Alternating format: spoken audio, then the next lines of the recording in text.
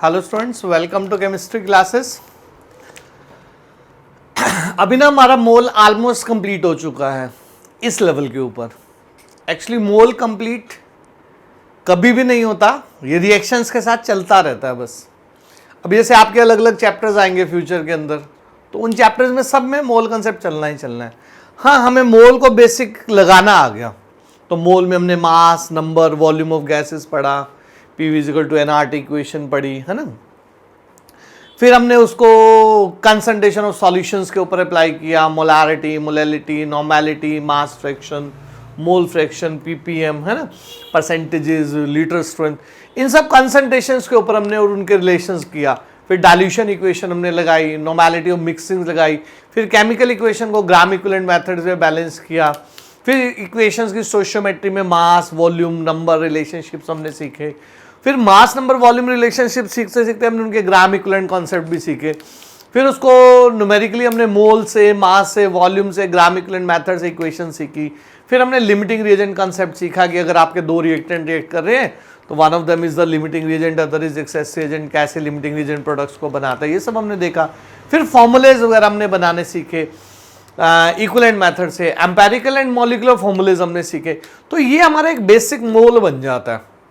इस बेसिक मोल से हम क्या कर सकते हैं, सारे कॉन्सेप्ट केमिस्ट्री के हैंडल कर सकते हैं। ठीक है, तो वो आगे भी हमारे चैप्टर में काम आएगा। अब उस बेसिक जो इसका जो स्टार्टिंग है वो वैसे तो लॉज ऑफ केमिकल कॉम्बिनेशन से स्टार्ट होता है। ये हम बस लास्ट के अंदर हम 20-30 मिनट्स इसको लास्ट में हम डिस्कस करें वीडियो के अंदर। वैसे हमारा बेसिक मोल कंप्लीट है।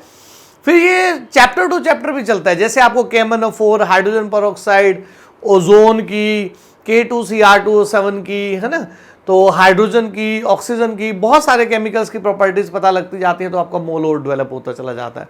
ये केमिकल टू केमिकल डेवलप होता है। बहुत सारे ऑक्सीडाइजिंग रिड्यूसिंग एजेंट्स फ्यूचर में होते हैं, बैलेंसिंग ऑफ रिएक्शंस आप सीखोगे तो वो डेवलप होता है। ठीक है, तो अभी जो आज का टॉपिक है उसमें हम ये कुछ laws of chemical combination study कर रहे हैं। ठीक है, लॉज ऑफ केमिकल कॉम्बिनेशंस। ठीक है, तो जितने भी हमारे केमिकल कंपाउंड है, वैसे तो मोल कंसेप्ट में ये बाय डिफॉल्ट ही सेट हो जाते हैं, बट फिर भी हम थोड़ा सा इसको देख लेते हैं। तो लॉज ऑफ केमिकल कॉम्बिनेशन में क्या होता है, हमारे पास जो मॉलिक्यूल्स हैं हमारे जितने भी हैं, बेसिकली तो सबका इनका ऐसे है कि हमारे पास जो एटम्स है ना वो कंबाइन करते हैं एज ए होल। इस बेसिक पे हमारे लॉज ऑफ केमिकल कॉम्बिनेशन है। ठीक है, तो जो एटम्स हैं वो कंबाइन करते हैं एज ए होल। ठीक है, जैसे आप CaCO3 आपका फॉर्मूला है तो CaCO3, कभी भी CaCO 2.5 नहीं होता। अगर हम एम्पेरिकल फॉर्मूले में भी फ्रैक्शनल में आता है तो हम 2 से मल्टीप्लाई कर देते हैं। एटम का फर्दर डिवीजन हम नहीं करते, जैसे जिसको हम डाल्टन थ्योरी ऑफ एटम से रिलेट करते हैं। ठीक है, तो लॉज ऑफ केमिकल कॉम्बिनेशन में हमारे मेन 5 लॉज हैं ऐसे, उनको थोड़ा सा हमने डिस्कस करना है। ठीक है, जैसे सबसे पहले होता है law of conservation of mass. ठीक है, conservation of mass, nuclear reaction में इसको मास एंड एनर्जी बोल देते हैं। ठीक है, फिर होता है लॉ ऑफ कांस्टेंट कंपोजिशन और definite proportion. Law of constant composition या लॉ ऑफ डेफिनेट प्रोपोर्शन। ठीक है, फिर होता है law of multiple proportion, law of multiple proportion. Then there is a law of reciprocal proportion. इनको हम एग्जाम्पल से सीखेंगे अभी। ठीक है, फिर हमारे पास लॉ होता है लॉ ऑफ Gay-Lussac's। ये साइंटिस्ट के नेम पे Gay-Lussac's law of gaseous combining volumes, gaseous combining volumes. इससे रिलेटेड फिर हम एक एवोगैड्रोस लॉ भी कर सकते हैं वैसे, तो इससे बन जाता है एवोगैड्रोस लॉ। ये 2 लॉ गैसेस के लिए बड़े अच्छे लॉज हैं, तो 6 लॉज आप कर सकते हो ना। तो इससे भी फ्यूचर में फिर और लॉज आप स्टडी करते हो, Dalton's law partial pressure gases के लिए, तो इससे फिर वो लिंक चैप्टर टू चैप्टर आगे चलते चले जाते हैं। ठीक है, जैसे आपकी केमिकल इक्वेशन है कोई भी, जैसे फर्स्ट लॉ का हम कर रहे हैं, मान आपने कैल्शियम कार्बोनेट लिया, कैल्शियम ऑक्साइड प्लस CO2। आप कोई भी केमिकल इक्वेशन ले लो। ठीक है, तो लाइक सॉलिड है, ये सॉलिड है, ये आपके पास गैस है, तो इसका मास टोटल 100 ग्राम होता है। इधर इसका मास है 56 ग्राम, इसका मास है 44 gram. Is equal to, right. तो calcium is 40, carbon is 12, 16 into 3 करके 100 ग्राम लेफ्ट साइड पे, कैल्शियम ऑक्साइड का 40 प्लस 16 56, उसका 44, ठीक है। ऐसे और कोई केमिकल रिएक्शन ले लो, मान लो आपने 2NaHCO3 ले लिया ऐसे, अब इसको हीट करें तो ये देता है Na2CO3 plus CO2 plus water, तो ये रिएक्शन होगी आपके पास केमिकल, ठीक है। तो इसका लेफ्ट साइड जो मास है Na का, जैसे Na का होता है 23, फिर 1 12, ठीक है, ऑक्सीजन का 48, जैसे इसका 84 होता है तो 84 इंटू 2 168, ठीक है। तो लेफ्ट साइड 168 है, इज इक्वेटेड टू इसका होता है 106 ग्राम Na2CO3 का, 23 इंटू 2 प्लस 12 प्लस 16 इंटू 3, ऐसे यहाँ पर प्लस 44 प्लस आपका 18, ठीक है। तो अगर आप इसको राइट साइड भी करोगे तो ये आ जाएगा 168 ग्राम, 106 ग्राम, 44 ग्राम एंड 18 ग्राम 160। तो कोई भी आप केमिकल रिएक्शन लेते हो, देखिए ये ध्यान रखना आपको, वो बैलेंस्ड होनी चाहिए, बैलेंस्ड, जो हम अभी तक कर भी चुके हैं। जब भी आप कोई बैलेंस केमिकल इक्वेशन लेते हो तो mass of reactant is always equal to mass of product, जो हम अपने मोल कंसेप्ट में वैसे भी डिस्कस कर चुके हैं। तो always the mass of reactant is equal to mass of product, this is read as what, first law of conservation of mass, ठीक है। लेकिन न्यूक्लियर रिएक्शंस पे इसको लिमिटेशन में भी काउंट कर लेते हैं, लिमिटेशन। तो जो इस लॉ की लिमिटेशन है वो न्यूक्लियर रिएक्शंस है, ठीक है। वहां पर क्या होता है, some of the mass has been converted into energy, कुछ मास एनर्जी में कन्वर्ट हो जाता है, तो वहां हम ऐसे लिखते हैं mass of reactant is equal to mass of product plus energy, ठीक है। वो जो एनर्जी होती है E is equal to mc² से कन्वर्ट हो जाती है, उसको मास डिफेक्ट कहते हैं हम फ्यूचर में जाकर के, अभी नहीं बाद में सीखोगे आप। तो डेल्टा mc² से हमारी E is equal to mc² से उसकी एनर्जी बन जाती है, तो mass of reactant is equal to mass of product plus energy. जैसे आपके पास 1H2 है प्लस 1H2 है इसका, ठीक है, तो आपने बना दिया 2He4, तो ये लेफ्ट और राइट साइड का मास बराबर नहीं आता, तो उसमें कुछ मास का एक डिफरेंस होता है, वो बड़ा माइक्रोस्कोपिक लेवल पे होता है ये मासेस, जैसे लेफ्ट और राइट का 4 नहीं होता, तो बहुत छोटा डिफरेंस होता है, जैसे मान लो आपको 0.002 समथिंग ग्राम है, ठीक है। तो ये जो एनर्जी का जो भी मास का डिफरेंस होगा वो मास एनर्जी में कन्वर्ट हो जाता है। तो न्यूक्लियर रिएक्शन में इसको लिखते हैं mass of reactant is equal to mass of product plus energy, ठीक है। तो ये तो हमारा था first law of conservation of mass. तो ड्यूरिंग एनी फिजिकल और केमिकल चेंज, फिजिकल चेंज में भी सेम है आपका, इसको फिजिकल चेंज में भी ऐसे कह सकते हैं, तो वाटर लिक्विड है तो वाटर गैस में कन्वर्ट हो गया, तो अगर इधर 18 ग्राम है तो इधर भी 18 ग्राम है। तो ड्यूरिंग एनी फिजिकल और chemical change the total mass of the reactant is equal to total mass of the product, इसको बोलते हैं law of conservation of mass. फिर आ जाता है लॉ ऑफ सेकंड आपका law of constant composition, constant composition, या जिसको हम बोलते हैं डेफिनेट प्रोपोर्शन, ये अलग अलग साइंटिस्टों ने नेम से दिए होते हैं, ठीक है। तो लॉ ऑफ कांस्टेंट कंपोजिशन कहता है, जैसे आपके पास वाटर है, ठीक है, आपके पास हाइड्रोजन पेरोक्साइड है, आपके पास CO2 है, ऐसे कोई भी मॉलिक्यूल आप ले लो, अगर आपके पास हाइड्रोजन वाटर है तो वाटर किसी भी सोर्स से ले लो, इसके अंदर जो नंबर ऑफ एटम की रेशियो है वो 2:1 है।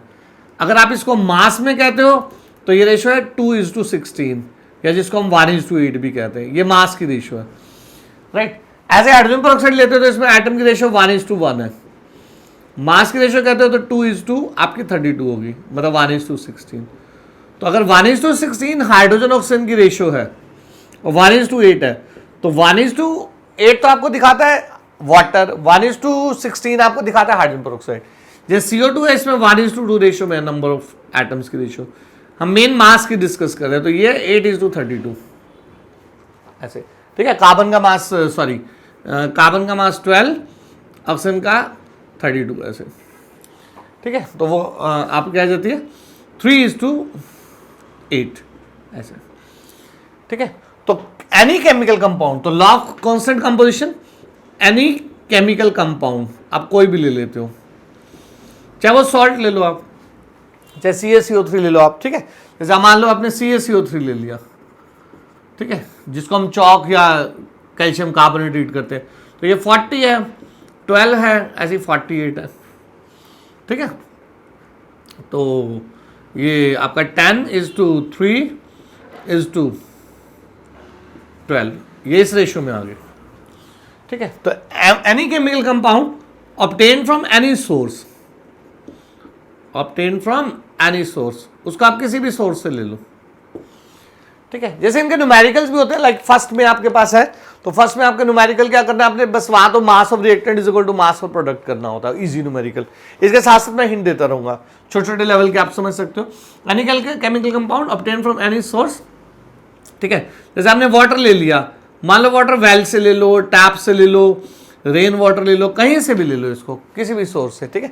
तो always made of fix type of atoms, तो वो फिक्स टाइप ऑफ एटम से बना होता है, ठीक है, इन फिक्स रेशियो बाय मास, जो मास में भी एक फिक्स रेशियो कैरी करता है। तो वाटर जैसे आप लेते हो, तो वाटर के अंदर आपके पास क्या है, 1:8 रेशियो बाय मास। लेकिन यही हाइड्रोजन पेरोक्साइड अलग कंपाउंड हो गया तो 1:16, CO2 हो गया तो 3:8, कैल्शियम कार्बोनेट हो गया तो 10:3:12। तो उसकी जो मास की रेशियो है, एक तो एटम फिक्स रहेंगे, ठीक है, ये एज ए होल एटम को कंसेप्ट को दिखाते हैं, और इसकी जो रेशियो है वो बाय मास आपकी फिक्स रहती है, ठीक है। तो वहां से क्या होगा आपको, जैसे अब इसका न्यूमेरिकल कोई मान लो आ गया वाटर का, तो आपने क्या करना है, वाटर एक सोर्स से है, फिर वाटर दूसरे सोर्स से है, फिर वाटर तीसरे सोर्स से है, ठीक है, ऐसे। तो आप जब उसकी हाइड्रोजन टू ऑक्सीजन रेशियो लोगे, ठीक है, बाय मास, ठीक है, तो इसमें लोगे, फिर इसमें लोगे, फिर तीसरे किसी सोर्स से लोगे, लाइक टैप वाटर से, तो आप देखोगे हर बार वो मास रेशियो 1:8 चल रही है, गॉट इट। तो आप क्या करोगे, वहां पर फिक्स्ड 1 ग्राम ऑफ हाइड्रोजन के लिए ऑक्सीजन की रेशियो चेक कर लो, वो आपको रैंडमली वैल्यू देगा, this much of hydrogen combines with this much of oxygen, this much of hydrogen combines with this much of oxygen, this much of hydrogen combines with this much of oxygen. तो आपने क्या करना है, 1 gram of hydrogen से convert कर लेना है उसका। तो यहां पर भी ऐसे 1 ग्राम हाइड्रोजन, तो फिर दूसरे में भी 1 ग्राम हाइड्रोजन, तीसरे में भी। जब आप तीनों में देखोगे तो वो ऑक्सीजन की रेशियो जो है वो 8, फिर 8, फिर 8, वो ऐसे आती रहेगी। तो क्योंकि ये रेशियो फिक्स रहेगी, तो ये सपोर्ट करता है लॉ ऑफ कांस्टेंट कंपोजिशन को। ऐसे आप हाइड्रोजन पेरोक्साइड ले लो, हाइड्रोजन पेरोक्साइड मान लो अलग अलग केमिकल रिएक्शन से आपका ऑब्टेन्ड हो रहा है, फ्यूचर में इनकी प्रिपरेशंस होती हैं, एस्लाइड से हम इसको बनाते हैं, बेरियम पेरोक्साइड की डाइल्यूट एसिड से बनाते हैं, सोडियम पेरोक्साइड की डाइल्यूट एसिड से रिएक्शन करके बनाते हैं, ठीक है, 2-इथाइलएंथ्राकिनोल से बनाते हैं, अलग अलग केमिकल मतलब इसकी प्रिपरेशंस है। तो जब हम उसकी प्रिपरेशंस करते हैं, तो हाइड्रोजन पेरोक्साइड आपका किसी भी सोर्स से आए, तो वहां पर क्या कहेगा, this amount of hydrogen peroxide, hydrogen और ऑक्सीजन ये वैल्यू है उसकी। तो आपने क्या करना है, एक फिक्स्ड अमाउंट ऑफ हाइड्रोजन से ऑक्सीजन का रेशियो चेक करना होता है। जैसे आप हाइड्रोजन से फिक्स अमाउंट का चेक करोगे, तो किसी भी सोर्स से आ रहा है, आपका आंसर क्या आएगा, 1:16, 1:16, 1:16, 1:16। That sports hydrogen peroxide obtained from any source contains 1:16. तो similarly इस कार्बन डाइऑक्साइड, मान लो आपका कार्बन डाइऑक्साइड कैल्शियम कार्बोनेट की हीटिंग से आ रहा है, सोडियम बाइकार्बोनेट की हीटिंग से आ रहा है, कैल्शियम कार्बोनेट का डाइल्यूट HCl से, सल्फ्यूरिक एसिड से, नाइट्रिक एसिड से, किसी भी रिएक्शन से CO2 आएगा। तो जब आप CO2 को देखोगे, तो वो CO2 का रेशियो जो है हर बार आपका कार्बन और ऑक्सीजन का रेशियो जो है उसके अंदर 3:8 दिखाएगा। तो आपको ऐसे कहेगा carbon dioxide contains this much of carbon combined with this much of oxygen। ये कार्बन मोनोऑक्साइड भी हो सकता है ना, तो this much। तो आप रेशियो देखोगे तो कार्बन मोनोऑक्साइड की लग गया, कार्बन डाइऑक्साइड की लग गया, तो कार्बन डाइऑक्साइड का जब भी देखोगे वो 3:8 दिखाएगा। तो हर बार 3:8 दिखाना ये दिखाता है कि same chemical compound always contain same type of atoms which are always combined together in a fix ratio by mass, या नंबर ऑफ एटम्स में भी आप कह सकते हो, ठीक है। तो ये हमारा लॉ ऑफ कांस्टेंट कंपोजिशन बन जाता है।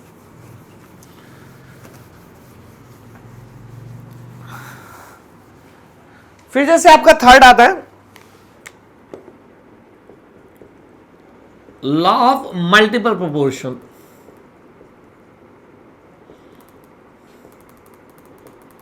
ठीक है, जो डाल्टन साइंटिस्ट ने दिया था, वैसे आई थिंक सो डाल्टन ने, ठीक है।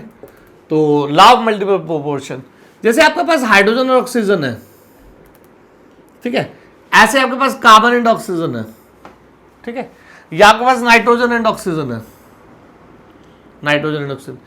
जब दो एलिमेंट्स मिलते हैं तो इससे दो मॉलिक्यूल नहीं बनते, बहुत सारे आप मॉलिक्यूल बना सकते हो। जैसे हाइड्रोजन, इसके दो फेमस मैं लिख रहा हूं भी, H2O एंड H2O2, ठीक है। कार्बन के आप लिखते हो 1, 2, 3, इसके 3 मेन ऑक्साइड होते हैं, CO, CO2, C3O2, ये मैंने थर्ड एक्स्ट्रा लिख दिया। अब नाइट्रोजन ऑक्सीजन को कंबाइन करते हो तो इसके 5 मॉलिक्यूल बनते हैं ऐसे 1 2 3 4 5। अब N2 को उसमें फिक्स रख लो, ठीक है, तो इसको हम ऐसे रिप्रेजेंट कर सकते हैं O1 N2 O2 N2 O3 N2 O4 N2 O5। तो ये इसके फॉर्मूले रहते हैं, ठीक है। इसको जैसे आप NO भी लिख सकते हो, इसको आप NO2 भी लिख देते हैं, तो एक ही चीज होती है ये, ठीक है। तो वहां इनके नाम भी होते हैं ऐसे, लाइक इसको फर्स्ट वाले को बोलते हैं नाइट्रस ऑक्साइड। इंटरेस्टिंग होते हैं बड़े इनके नेम, फ्यूचर में बड़े काम आते हैं, ठीक है। इसको लाफिंग गैस के नाम से भी जानते हैं, लाफिंग गैस, ठीक है। इसको नाइट्रिक ऑक्साइड बोलते हैं, सेकंड वाले को नाइट्रिक ऑक्साइड। इसको बोलते हैं डाई नाइट्रोजन ट्राइऑक्साइड, ठीक है। This read as nitrogen dioxide. इनके और भी नेम होते हैं, अभी सिंपल वाले लिख रहा हूं मैं, नाइट्रोजन डाइऑक्साइड, ठीक है। इसी तरह से ये हो जाता है डाई नाइट्रोजन टेट्राऑक्साइड, अगर ये वाले लिखना है। इनके फ्यूचर में बड़े इंटरेस्टिंग कॉन्सेप्ट रहते हैं, ठीक है। This is die nitrogen pentoxide, pentoxide. तो ये हमारे नाइट्रोजन के फॉर्मूले ऐसे, ठीक है। तो when two elements combine they can form 2 और मोर देन 2 कंपाउंड्स, ठीक है। When 2 elements combine they form या दे कैन फॉर्म 2 और मोर देन 2 कंपाउंड्स। जैसे यहां पर 2 से ज्यादा कंपाउंड्स आपके बन रहे हैं तो दे कैन फॉर्म 2 और मोर देन 2 कंपाउंड। जैसे यहां पर बन रहा है तो carbon monoxide, carbon dioxide, carbon suboxide, इसके 3 फॉर्मूले हमारे पास बनते हैं, लाइक कार्बन मोनोऑक्साइड, ठीक है, कार्बन डाइऑक्साइड, कार्बन सबऑक्साइड C3O2। इसका एक बड़ा इंटरेस्टिंग सा इस तरह का स्ट्रक्चर होता है, लीनियर C3O2, ठीक है। तो कार्बन सबऑक्साइड का ये है। तो आपके पास जब 2 एलिमेंट कंबाइन करते हैं तो वो 2 या 2 से ज्यादा मॉलिक्यूल्स को बना सकते हैं। जैसे N है तो ये कई बना रहे हैं, ऐसे हमारे पास H है तो 2 बना रहे हैं, C है तो मल्टीपल मॉलिक्यूल बना सकते हैं, ठीक है। तो उनमें से अगर आपकी एक की रेशो फिक्स रखो, जैसे इसमें हाइड्रोजन फिक्स है, तो जो ऑक्सीजन की रेशो है यहां पर 1:2 है, ठीक है। यहां पर अगर आप कार्बन को फिक्स रखते हो तो इन दोनों में अगर मैं करूं तो ऑक्सीजन की रेशियो 1:2 है, राइट। अगर आप ऑक्सीजन की फिक्स करना चाहते हो तो ऑक्सीजन की भी फिक्स कर सकते हो। मान लो आपको कभी करना हो तो ऐसे भी कर सकते हो, C2O2, ठीक है, CO2, फिर 2 से मल्टीप्लाई कर देते हैं C3O2 ऐसे, राइट। तो कार्बन मोनोऑक्साइड को आप C2O2 भी लिख सकते हो। तो वैसे ये CO है, ठीक है। तो रेशो को फिक्स करने के लिए आप ऐसे कर सकते हो 2:2। तो यहां पर जब आप कार्बन की रेशो देखोगे तो कार्बन की रेशो ऐसे 2:1:3। आप कार्बन की फिक्स कर सकते हो C3, 3 से मल्टीप्लाई कर दो C3O3, C3O6, ठीक है। तो आपकी ऑक्सीजन की रेशो आ जाएगी। आपको किसी को भी एक को फिक्स करना है, एक को फिक्स करने के लिए आप दूसरे को मल्टीप्लाइड भी नंबर से कर सकते हो। तो आप देखोगे दूसरे की रेशो हमेशा फिक्स्ड है, एक सिंपल इंटीग्रल रेशो है, सिंपल इंटीग्रल रेशो, ऐसे एक सिंपल इंटीग्रल रेशो में ये कंबाइन करता है। मतलब एटम जो कंबाइन करता है वो ऐसे होल करता है, कभी भी हाफ एटम नहीं कंबाइन करता। मेन हमारा प्रिंसिपल ये होता है, atom combine as a whole. तो when 2 atom combine to form 2 और मोर देन 2 कंपाउंड्स और मॉलिक्यूल्स, ठीक है, then if we keep one of them fix, ठीक है, अदर बियर्स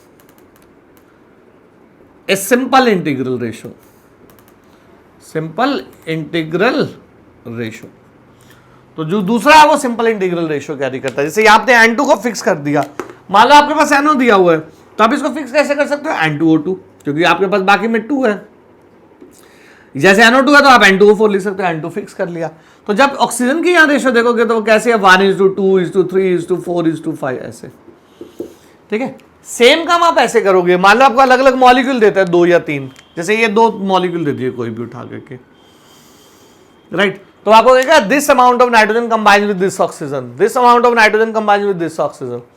तो आप क्या करोगे, एक fixed amount of nitrogen, like 1 gram of nitrogen से ऑक्सीजन को देख लो, ऐसे दूसरे में भी 1 ग्राम, हर एक का न्यूमेरिकल इसका एक जैसा होता है, इसी तरह से होता है। तो एक फिक्स ग्राम ऑफ नाइट्रोजन का सेकंड में देख लो। जब आप ये दोनों फॉर्मूले उठाओगे तो आप रेशो देखोगे, वहां पर आपकी फिक्स्ड अमाउंट ऑफ नाइट्रोजन से एक में एक आ रही है, तो आप रेशो कर लोगे लाइक एम्पेरिकल मॉलिक्यूलर फॉर्मूले की तरह। वो पॉइंट्स में होती है ज्यादातर, तो पॉइंट्स में करोगे तो रेशो आपकी 1:3 दिखा देगा। अगर ये दो मॉलिक्यूल उठा रहा है तो फिक्स अमाउंट ऑफ नाइट्रोजन से 1:4, ये दो उठा रहे तो 1:2, ये दो उठा रहे तो 1:5, 2:5, 3:5, like empirical formulas and molecular formulas. तो ये हमें दिखाता है atom as a combined as a whole. तो law of multiple proportion states that when two elements combine together to form two or more than two compounds, if you keep one of them is fixed, the other bears a simple integral ratio. That means atom combines as a whole. एक को fix रखने पे दूसरे का हमेशा simple integral ratio बना रहता है। तो उसमें वही चीज आपको करनी है, जब भी आपको मास देता है कि कार्बन का एक ऑक्साइड है, मान लो वो CO है, हमें नहीं पता, मान लो कार्बन का ऑक्साइड CO2 है, तो आपको कहेगा fix amount this carbon combines with this much of oxygen. Second case में this carbon combines with this much oxygen. आप क्या करोगे, 1 gram carbon combines with how much oxygen in first oxide, second में करोगे 1 gram carbon combines with how much oxygen. तो जब वो oxygen की आपस में रेशियो लोगे तो यू विल सी द 1:2, तो यू से the 1 is the carbon monoxide, other is the carbon dioxide. ठीक है, तो इस तरह से आप लॉ ऑफ मल्टीपल प्रोपोर्शन के न्यूमेरिकल कर सकते हो। मैक्सिमम इजी होते हैं, फिर भी कोई टेक्निकली आए तो वो आप प्रॉब्लम पूछो टीचर से। ठीक है, अब जो थर्ड हमारे पास लॉ होता है वो है law of reciprocal proportion. Third is fourth law of reciprocal proportion. ठीक है, ये हमारा फोर्थ लॉ है, लॉ ऑफ रेसिप्रोकल प्रोपोर्शन। यही समझने का, फिर फिफ्थ सिक्स्थ इजी है बड़े। ये ना 3 एलिमेंट्स पे लगता है, जैसे आपने कार्बन ले लिया, जैसे आपने हाइड्रोजन ले लिया, जैसे आपने ऑक्सीजन ले लिया। अब कोई भी 3 एलिमेंट्स को चॉइस कर लो, ऐसे। ठीक है, you have the 3 elements any जो आपको फेमिलियर हो। ज्यादातर आप इसके लिए 1 to 20 में रखिए। ऐसा नहीं है कि कोई हैवी एलिमेंट ले लिया आपको जिसके बारे में आपको पता ही नहीं, तो फिर आपको प्रॉब्लम आएगी। जिसके आप मॉलिक्यूल बना सकते हो, हाइड्रोजन ले लो, ऑक्सीजन ले लो, नाइट्रोजन, सल्फर, फास्फोरस, कोई भी ले लो जो आपको फेमिलियर है, उनसे आपको मॉलिक्यूल बनाने आने चाहिए। जैसे C और H का आप मॉलिक्यूल बनाते हैं तो आपके पास CH4 बन जाता है। C और O2 का एक सिंपल मॉलिक्यूल बना दो, CO2। आप CO भी लिख सकते हो, चॉइस है आपकी। इससे लिखना चाहो तो H2O ऐसे, राइट। तो अभी हमने क्या करना होता है, यहां पर 2 एलिमेंट्स को चॉइस करना है पहले आपने, 2 एलिमेंट को। जैसे मान लो मैं H और O ले लेता हूं, H एंड O, ये ले लिया 2। ठीक है, अब इन 2 एलिमेंट्स को हमने ले लिया। ठीक है, तो आपने क्या करना है, लॉ ऑफ रेसिप्रोकल प्रोपोर्शन में पहले 2 एलिमेंट्स को चॉइस करना है। तो 2 एलिमेंट्स जब कंबाइन करते हैं तो उससे एक मॉलिक्यूल बना हुआ है, जैसे हाइड्रोजन ऑक्सीजन बना हुआ है। ठीक है, तो हाइड्रोजन और ऑक्सीजन में इसके जो मास है वो 1:8 है ऐसे। अब 2:16 कह सकते हो, 1:8 कह सकते हो सिंप्लीफाई करके। तो when 2 elements combine to form a particular molecule, there is a mass ratio like 1:8 here. तो उसकी एक मास की रेशियो होती है। ठीक है, तो when 2 elements same combines with a fixed wait of third, अब यही 2 elements fixed wait of third element से मिलते हैं। थर्ड एलिमेंट, जैसे 2 दोस्त हैं, 2 फ्रेंड्स हैं, वो आपस में एक बात कर रहे हैं, फिर वही 2 फ्रेंड्स एक थर्ड एलिमेंट को बात कर रहे हैं। तो A भी C से बात कर रहा है और B भी C से बात कर रहा है। तो A और B के बीच में एक बात है, फिर A C से कर रहा है, B C से बात कर रहा है, लेकिन वो फिक्स बात है। तो fix weight of third element है। Fix weight of third element, जैसे यहां पर आप C देखोगे तो फिक्स्ड है, नहीं होता आप होल मल्टीप्लाई कर सकते हो। मान लो एक में C2 है तो इधर भी 2 से होल मल्टीप्लाई कर देते हैं फॉर्मूले को। ठीक है, तो जब वो फिक्स वेट ऑफ थर्ड, तो 2 एलिमेंट्स कंबाइन टुगेदर। ठीक है, लाइक वाटर, इसमें H और O है। ठीक है, इज इक्वल टू 1:8। तो उसमें एक फिक्स रेशियो बाय मास है। ठीक है, now they combined with fixed weight और थर्ड एलिमेंट। वो एक fix weight of third element से कंबाइन कर रहे हैं, जैसे carbon is equal to 12 air, वो इससे कंबाइन कर रहे हैं फिक्स वेट दोनों में। ठीक है, अब यही 2 एलिमेंट्स को हमने देखना है। ठीक है, द सेम 2 एलिमेंट्स, ठीक है, with fixed wait of third. अब उन 2 एलिमेंट्स का हमने रेशियो लेना है, जैसे हाइड्रोजन ऑक्सीजन का। उसका। तो यहां पर हाइड्रोजन जैसे देखोगे आप 4 है, यहां पर 2 है, तो आपका क्या हो गया 4n2, ठीक है। 4n2 मतलब 2:1। मास में देखोगे तो 1:8 ऐसे। तो क्या कि 1:8, या तो ये रेशो आपको सेम मिलेगी, ठीक है, और सिंपल इंटीग्रल मिलेगी। वही काम एटम एज ए होल, बार बार जो एटम कंबाइन करता है वो एज ए होल करता है। तो when two elements combine together they have ratio, when these two element combine with a fixed wait of third they have ratio, उन्हीं दो की उस फिक्स वेट के साथ। तो आप देखोगे ये रेशो या तो सेम मिलेगी या इंटीग्रल मिलेगी, लाइक 1:2, जैसे एक में 1:8 आ गई, वहां पर 1:16 भी आ सकती है। तो मल्टीपल्स में चलेगी, ऐसा नहीं कि यहां 8 है तो वहां पर 27 आ गई। तो 8 हो सकता है, 16 हो सकता है, 32 हो सकता है, 24 हो सकता है, 1 हो सकता है, 2 हो सकता है, 3 हो सकता है, 4 हो सकता है। एटम मल्टीपल में कंबाइन करता है हमेशा, हाफ नहीं करता। तो आपने when two elements combine together they have the ratio, when it combine with the fixed wait of third they have the ratio. This is simple, integral और द सिमिलर। तो आपको क्या करना होता है, जब दो एलिमेंट्स को देगा आप उसकी रेशियो ले लो। फिर क्या करोगे, कार्बन के साथ आपको कहेगा कि कार्बन के साथ हाइड्रोजन इतना कंबाइन है, कार्बन के साथ ऑक्सीजन इतना कंबाइन है। तो आप क्या करोगे, 1 ग्राम कार्बन से कितना हाइड्रोजन कंबाइन करता है, 1 ग्राम कार्बन से कितना ऑक्सीजन कंबाइन करता है। तो वो जो आप हाइड्रोजन ऑक्सीजन की रेशियो लोगे और इस मॉलिक्यूल में जो हाइड्रोजन ऑक्सीजन का डायरेक्ट बना हुआ है इसमें रेशियो लोगे, तो ये आपको सिंपल इंटीग्रल या सेम मिलेगी, ठीक है। वो आपके न्यूमेरिकल स्टाइल होते हैं।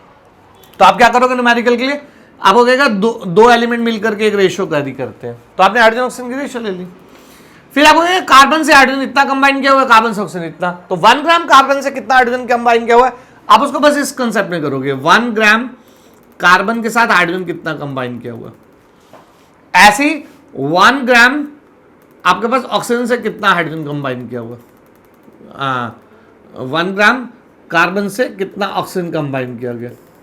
तो इसमें आपने हाइड्रोजन टू ऑक्सीजन की रेशियो लेनी है, ठीक है। तो दो एलिमेंट की सेम में तो आ जाएगी ratio, fix weight of third से इस तरह से निकाल लेते हैं। फिर आप रेशियो चेक करोगे तो दिस इज सेम। ये इसके न्यूमेरिकल सेंसेशन रहते हैं, उतने ज्यादा इंपॉर्टेंट नहीं होते। मेन तो इसका मतलब वही होता है कि आपकी रेशियो हमेशा 1 2 3 4 5 6 मल्टीपल्स में चलती है, 8 24 36 32, ठीक है, 16, ऐसे ये मल्टीपल्स में चलती है। Atom combines with mole. तो when two elements combine together to form 2 और more than 2 compounds, sorry, when two elements combine together they have the ratio. When this combines with the fixed weight of the third element, then they have the ratio. The ratio is a similar or the simple integral. फिर आप यहाँ कोई भी choice करके SO2 molecule जो दिल करे आपका वो आप मॉलिक्यूल ले सकते हो यहाँ पर, ठीक है, और उसको खुद प्रैक्टिस कर सकते हो। ये लॉ थोड़ा सा बस समझने वाला होता है, ठीक है। तो अभी आप न्यूमेरिकल इसके ट्राई करोगे। फिर जैसे हमारे पास 5th लॉ है, 5th और 6th आपस में इंटरलेटेड है। जैसे ये हमारे पास है गे-लुसैक्स लॉ, लुसैक्स लॉ, उसी से साथ में एक एवोगाड्रोस लॉ लिंक हो जाता है जो हम पहले भी कर चुके हैं। ये गैसेस के लिए होते हैं, ठीक है। जैसे अब गैसेस इक्वेशन कोई लो, मान लो आपने ले ली हाइड्रोजन इज टू आपके पास Cl2, ठीक है, plus sorry give rise to 2HCl, ठीक है। तो H2 plus Cl2 give rise to 2HCl। मान लीजिए गैसेस इक्वेशन ऐसे जी, ऐसे आप ये ले सकते हो N2 gas plus 3H2 gas. उसका बैलेंस जरूर करना है आपने, बैलेंस इसका नहीं भूलना, जैसे अब तक हम मोल में करते आए, give rise to 2NH3 gas, आपकी इक्वेशन होगी। ऐसे कोई और गैस ले सकते हो, जैसे SO2 gas plus half O2 gas give rise to, यानी तो आप ऐसे कर सकते हो 2SO2 gas, 1O2 gas, 2SO3 gas, ऐसे, ठीक है। तो जब भी गैसेस कंबाइन करती हैं, जैसे हम पीछे लिखते भी थे, इसको लिखते थे 22.4 लीटर, 22.4 लीटर, 2 × 22.4 लीटर, ठीक है। या आप इसको ऐसे लिख सकते हो 1:1:2 लीटर, 1:3:2 लीटर, ठीक है, ऐसे इंटू 22.4 आप फैक्टर लिख सकते हो, 22.4 × 22.4 सबके साथ। इसमें लिखो तो 2:1:2, 2 × 22.4 × 22.4 लीटर × 22.4 लीटर, ऐसे। तो whenever the